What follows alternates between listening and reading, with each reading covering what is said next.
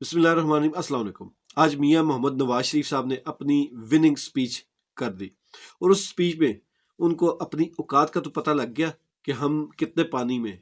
تو اسی مناسبت سے انہوں نے جو پہلے کہا تھا کہ میں کسی کے ساتھ بھی مل کر حکومت نہیں بناؤں گا، مجھے اکیلی حکومت چاہیے، جب ان کو اپنے لیول کا پتہ لگا تو آج انہوں نے اپنی وننگ سپیچ میں یہ کہا کہ میں سب کے ساتھ مل کر حکومت بنانا چاہتا ہوں۔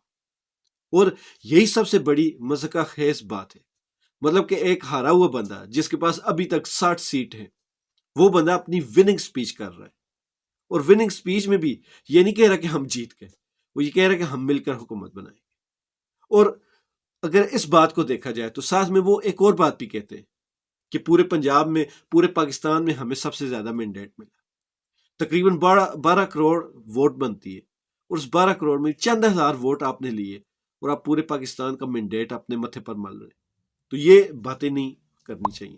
باقی جو پی ڈی ایم کی طرف پھر سے قدم اٹھائے جا رہے ہیں، تو مجھے لگتا ہے کہ اس بار پی ڈی ایم بھی بغیر ڈیزل کے چلے گی، لیکن یہاں پر یہ چیز سوچنی پڑے گی عوام کو کہ پچھلے 16 مہینے آپ کو یاد ہوں گے پی ڈی ایم والے، اب یہ پھر سے وہی چیزیں چل رہی ہیں، سب نے مل کر حکومت بنانی ہے اور سب نے مل کر اس ملک کو کھانا ہے۔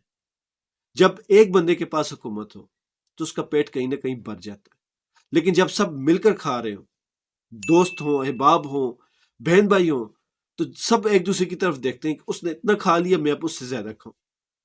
تو پچھلے 16 مہینوں میں یہی سب کچھ ہم نے دیکھا تھا، اب پھر سے یہ جو نظر آ رہا ہے یہ پی ڈی ایم حکومت بنانے کی طرف جا رہے ہیں۔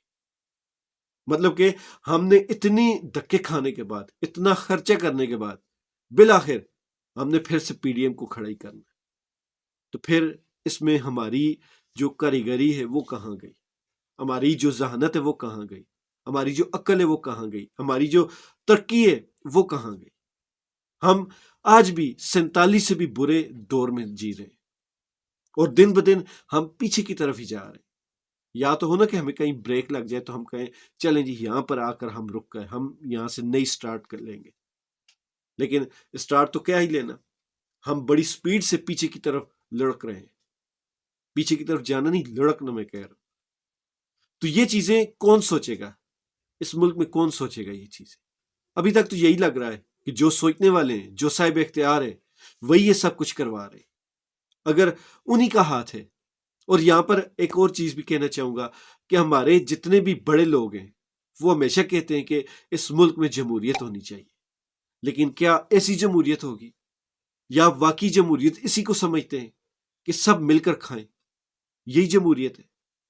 اگر اسی کا نام جمہوریت ہے تو پھر یہ الیکشن کے نام پر اتنا بڑا ڈرامہ کیوں کیا گیا؟ یہ رزلٹ جو ابھی سامنے آ رہے ہیں، یہ تو پہلے سے اس پوری قوم کو پتا تھا۔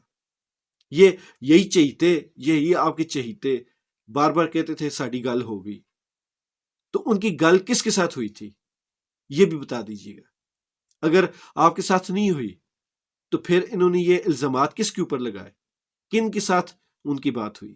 اگر تو واقعی ان کی بات آپ کے ساتھ ہوئی تو پھر میں سمجھتا ہوں کہ اس ملک کا اب اللہ حافظ ہے، کیونکہ اس ملک کے جو بڑے ہیں، جو کسی وقت اس قوم کے لیے موٹیویشنل سپیکر جتنا کام کرتے تھے، موٹیویٹ کرتے تھے اس قوم کو، وہی جب اپنی سرپرستی میں اتنے بڑے مینڈیٹ پر ڈاکہ ڈالیں گے تو اس قوم کا بچہ کیا سوچے گا کہ ہمارے وہ لوگ جن کو ہم اپنا ہیرو سمجھتے ہیں وہی یہ سب کچھ کروا رہے ہیں، تو وہ ان کے سامنے آپ کا جو امیج ہے وہ کیسا رہے گا؟